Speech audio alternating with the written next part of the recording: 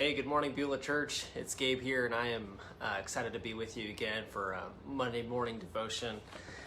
This morning, we will be reading from Bob Goff's Live in Grace, Walk in Love. Once again, as this has kind of become my pattern. And so this particular morning, the scripture is based off of Acts, or the devotion is based off the scripture Acts chapter 4, verse 32. Where it says, all the believers were one in heart and in mind. No one claimed that any of their possessions was their own, but they shared everything they had. And so it starts like this. Bob writes, this guy named Shane was in college when he started to make friends with people who lived in poor neighborhoods in his city. Shane could have gone the expected route after graduation, get a job, start building a 401k, health insurance, all the normal stuff you do once you kind of get a job. But he chose to live with people in poverty. He and some friends pooled together enough money to get a house in a struggling neighborhood, and their only goal was to be good neighbors, which I find incredible. So him and his friends, instead of going and getting like normal jobs right out of college, they pooled together, I guess, whatever money they had, and they bought this house in a poor neighborhood with the goal of just simply being good neighbors. At any given point, Shane and his wife would have up to 10 people living in their home, and they would share everything. They put all the money they earn into one pile and spend it as needed. It's kind of like the modern day version of what you read about in the book of Acts. Their purpose was to show hospitality and generosity to their neighbors, so they're not only too concerned with their appearance or net income. So this is interesting because we read about this in the book of Acts, but how often do we hear about things like this happening? Sometimes we hear about people being really generous and sharing a lot of what they have and sacrificing a lot of their finances and things like this. But these guys, in a way, very much lived what they did in the book of Acts, which a lot of you kind of hear early on in that book constantly. None of what they owned was their own. None of what they had was their own. They shared everything they had. And so Bob finishes it off with saying, we won't be distracted by comparison if we're captivated with purpose. I'm going to read that part again. We won't be distracted by comparison if we're captivated with purpose.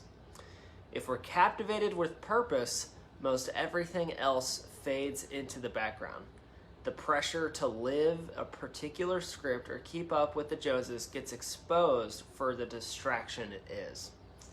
Look for the people around you who are suffering in some way and take one of their worries off their plate in secret. You don't need to say, hey, I've done this for you, or hey, I've done this amazing thing. Do it in secret. You don't need to start a new nonprofit. Just step in and relieve a little stress. We won't have time to measure ourselves against one another if we fill our time scheming ways to lift one another up. So basically, Bob is saying, we as humans, we're so prone to compare ourselves to one another. Maybe we think and we read that story and we're like, gosh, I would never want to live in a house with 10 people in a rough neighborhood. That doesn't sound like me. Am I not a good enough Christian? And that's not what Bob's saying at all. Rather, he's saying, instead of comparing yourself, instead of spending mental energy, comparing yourself to others who are doing good things, instead of comparing yourself to your friends or other people you see, don't focus on that. Instead, spend your time with purpose, loving the people around you. And I thought it was interesting that Bob said to do it in secret, to make it as if you're not necessarily trying to show everybody all the time how great you are, or how how awesome you are at loving people, because at that point, are you just still playing that comparison game? Are you still just trying to show people how much you love everyone around you, or how good of a Christian you are?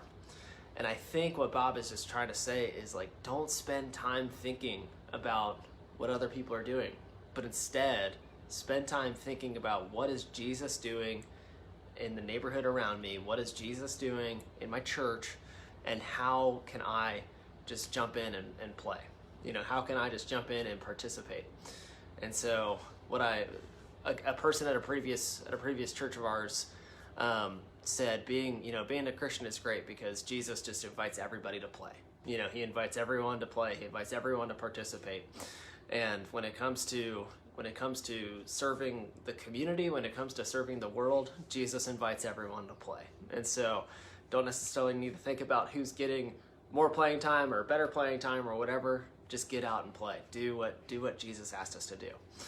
And so I just want to thank you guys for watching. Thanks for tuning in on this Monday morning devotion.